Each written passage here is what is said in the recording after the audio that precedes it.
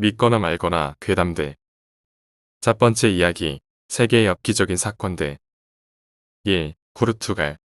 포르투갈의 학교 수위가 높은 곳에서 떨어진 14살 학생에게 고통을 없애준다며 학생의 다리에 불을 놓아 화상을 입힌 어처구니 없는 일이 벌어졌다. 사건 당시 그 학교 수위로 재직 중이던 이 남자는 학생에게 알코올을 바르고 불을 놓았다고 한다. 그리고는 이 치료 방법에 대해 보통 물에 빠졌을 때 이렇게 치료한다고 했다고 한다. 하지만 1도의 전신 화상을 입은 학생이 자신은 물에 빠지지 않았다고 했지만 학교 수위는 그의 말에 전혀 개의치 않았다고 한다. 2. 러시아. 러시아의 알렉산더 네코네치나이 씨는 보드카 마시기 대회에서 3.5리터 반을 계속해서 마셔 우승했으나 우승 상품인 10병의 보드카는 가져갈 수 없었다고 한다. 왜냐하면 단시간에 과다한 음주로 현장에서 죽었기 때문이라고 한다. 한편 함께 시합에 참가한 4명의 경쟁자들 또한 근처의 병원에서 치료를 받고 있는데 혼수 상태라고 한다. 하지만 유일한 여성 출전자는 병원에서 현지위를 세척하고 나서 회복 단계에 있다고 한다. 3. 이스탄불. 이스탄불의 한 여자는 그의 남편이 정신적인 장애를 겪고 있다며 그를 3년 반 동안 옷을 벗긴 채 욕실에 가두었다고 한다. 올해로 41살인 오란 바부크 씨는 자신의 아내가 자신의 재산을 상속받기 위해 자신을 병들게 하려고 욕실에 가두었다고 한다. 한편 그는 그의 아내는 그가 욕실에 갇혀 있던 중 다른 남자와 자신의 집에서 살았다고 주장하고 있다. 4. 말레이시아. 말레이시아의 한 젊은이는 눈이 부어올라 치료를 받던 중 길이가 6cm짜리 젓가락을 그의 뇌에서 발견했다고 한다. 젓가락은 그의 코를 관통해 오른쪽 눈을 찌라 왼쪽 눈 뒤에 있었는데 5년 전 그가 이름을 알 수 없는 괴한에게 공격을 당할 때 생겼던 것으로 추정하고 있다고 한다. 5. 이탈리아. 이탈리아에서는 어느 노년의 커플이 주차된 차 안에서 성관계 도중 그곳을 지나던 여학생들에게 들켜 공공장소에서의 적절치 못한 행동이라는 제목으로 법정에 서게 되었다고 한다. 6. 라오스. 환자에게 주문을 걸어 환자가 총탄을 피할 수 있게 만들 수 있다고 말한 의사가 그의 환자가 쏜총에 맞아 죽었다. 의사인 에시터파 씨는 환자인 우마 아쿠르에게 그의 실력을 입증하겠다며 총을 쏘게 했는데 환자가 실제로 그의 머리를 쏘자 그 자리에서 죽었다고 한다. 한편 환자인 우마 아쿠르 씨는 이건 사례가 아니라 그의 의사인 에시터파 씨가 시킨 일이라며 자신의 무죄를 주장하고 있다고 한다. 7. 산티아고. 57년 동안 동거한 106살인 이설리나 오즈다와 그리고 그녀의 86살인 애인 오스카 마르티네즈 씨가 마침내 결혼했는데 신부는 결혼식 이후 하객들에게 그들이 결혼한 이유로 하나님이 그들의 결혼을 바라셨고 우리가 결혼 없이 동거하는 것은 죄라고 여겼기 때문이라고 말했다. 8. 스위스. 스위스에 본사를 둔 속옷 업체 트라이암프 인터내셔널은 브래지어 속에 담배를 피면 역한 냄새가 나게 하는 캡슐을 넣어 금연에 도움을 주는 브래지어를 개발했다. 이 캡슐은 일반적으로 담배 냄새를 역하게 바뀌도록 하는 달콤한 자스민 향기가 나는 물질이 들어 있다고 한다. 9. 터키. 터키의 한 아버지가 유럽 인권법정에 그의 아들의 포경수술을 담당했던 의사들을 고소했다. 이름이 자이페틴 아디나글루인 그의 주장에 따르면 의사들이 술에 취한 채 수술을 진행해 그의 아들의 음경을 망쳐놨다고 한다. 하지만 담당 의사들은 아이의 음경은 오래전 그가 우물에 떨어졌을 때 이미 기형화됐다며 자신들의 무죄를 언론에 호소했다. 10. 스웨덴.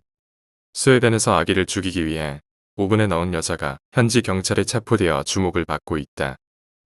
30살의 이 여인은 5개월 된 자신의 친아들을 살해하기 위해 오븐에 넣어 전신 2도의 화상을 입혔다고 스위디시 뉴스는 전했다. 이 아이는 현재 스웨덴의 고덴버그 하스피탈 내 클리닉에서 안정을 취하고 있는데 경찰은 아이의 엄마가 왜 아이를 살해하려 했는지 파악이 안 됐다며 정신질환 때문인지 여부를 전문가에게 의뢰해 조사할 예정이라고 현지 신문은 전했다. 두 번째 이야기. 저수지에서는 수영을 하지 마라. 아주 어렸을 적 얘기야. 내가 6살쯤 됐을 무렵쯤이지. 나와 우리 부모님은 전북 익산. 그 당시에는 일이라고 불렸던 시골 외가집에 놀러가게 됐어. 지금은 눈 씻고 찾아볼 수도 없을 정도로 시골틱한 허름한 집이었지. 외할머니와 외숙모, 그리고 삼촌과 이모들 모두 서울에서 간만에 놀러온 나를 엄청 반겨주셨어. 그때만 해도 놀거리가 많지 않았잖아.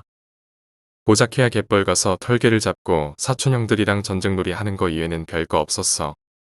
그러던 와중에 우리 식구 모두가 근처 저수지에 가서 고기나 구워 먹기로 한 거지. 한여름이니까 저수지물에서 수영도 할 겸 말이야. 고기도 먹고 수박도 먹고 이것저것 처묵처묵하며 즐거운 시간을 보내고 있었어. 우리 식구가 놀러간 저수지는 사람들 손을 많이 타지 않는 곳이라서 엄청 깨끗했던 걸로 기억해. 고여있는 물인데도 많이 깨끗하더라고. 당시에 우리 아빠가 구입해준 아동용 구명조끼를 입고 물속으로 한 발자국씩 갔어. 그때 처음 들어가 본 저수지에 대한 느낌은 고여있는 물이라 미지근했어. 수영하기는 괜찮은 정도였지. 한 발자국 내디면 발목까지, 세네 번 내디디면 무릎 정도까지.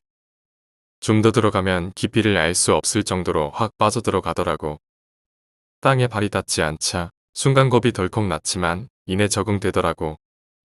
나 혼자 물속에서 노는 건 처음이었거든. 아빠가 사준 구명조끼 덕분에 나 혼자 물놀이를 즐길 수 있었어. 몇 분이 지났어. 우리 식구들이 나를 쳐다보고 손을 흔들어주며 너무 멀리까지 가면 안 되라고 얘기하더라고. 나도 삼촌들과 이모들을 향해 손을 흔들어줬지. 너무 신난 나머지 난 양팔을 들어 만세를 외쳤어. 그 순간 내 체구에 비해 약간 헐렁거리던 구명조끼에서 몸이 빠져버린 거야. 만세를 외쳤을 때 내 몸이 쏙 하고 분리되어 조끼만 둥둥 물에 떠버린 거야. 처음 물속에 빠져본 날이었어. 너무 놀랐던 탓에 난 사력을 다해 허우적거리며 물속으로 가라앉지 않게 발버둥을 치고 있었어. 그때 잠시 보인 것. 나를 보며 어쩔 줄 몰라 하던 가족들의 외침과 나를 구하기 위해 필사적으로 물속으로 몸을 내던진 우리 막내 삼촌의 모습이었어. 난 서서히 물속으로 가라앉고 있었어. 내 등이 저수지 바닥을 향해 내려간다는 느낌이 나더라고. 숨을 쉴 수는 없었지만 당시 기억으로는 물속으로 가라앉는 그 순간이 왠지 편하게 느껴졌어. 뭔가 부드러운 깃털이 내 몸을 간지럽히는 듯한 기분이 들었어. 하늘하늘한 무언가가 내 등을 감싸고 어루만져주는 그런 기분. 지금도 그 느낌을 잊을 순 없을 것 같아. 가라앉는 순간에도 난 눈을 뜨고 있었기 때문에 볼 수 있었어. 물살을 가르며 나를 향해 다가오는 우리 삼촌의 모습을 말이야. 나를 향해 손을 뻗어오는 삼촌을 보는 순간 안도가 느껴졌어. 그러나 그것도 잠시. 나를 보며 눈이 휘둥그레져서는 물 밖으로 황급히 올라가더라고. 아마도 숨이 차서 그랬겠지. 그 어린 나이에도 난 이제 죽었구나 하는 생각이 내 머리를 스쳐 지나갔어. 그리고 그 후에 물속에서의 기억은 없어져 버렸지. 다시 눈을 떴을 때는 익산 시내에 위치한 병원이었어. 결국 우리 막내 삼촌이 나를 구해내고 만 거야. 근데 주위를 둘러봐도 막내 삼촌의 모습은 보이질 않았어. 나를 무트로 끌어낸 직후 그 자리에서 기절해버렸대. 내가 병원에서 하루를 머물고 외가집에 갔을 때야. 다른 식구들은 서울로 올라가는 우리 가족에게 작별 인사를 하기 위해 다들 밖에 나와 있었는데 여전히 막내 삼촌의 모습은 보이질 않더라고. 조카들 중에서도 나를 가장 이뻐하던 막내 삼촌이었는데 어린 마음에 너무도 서운하게 느껴졌어. 외할머니께서 서운한 표정으로 서 있던 내가 안쓰러웠는지 지금 막내 삼촌은 몸이 아파서 누워있다라고 하시더라고. 그 이후로 몇 년의 세월이 흘러 내가 고등학생이 되었을 무렵 외가집을 놀러 갔을 때야. 난 우연찮게 외가집 식구들이 하는 얘기를 듣게 되었어. 내가 물에 빠져 허우적거리던 나를 구한 이후로 우리 막내 삼촌은 매년 여름 이맘쯤만 되면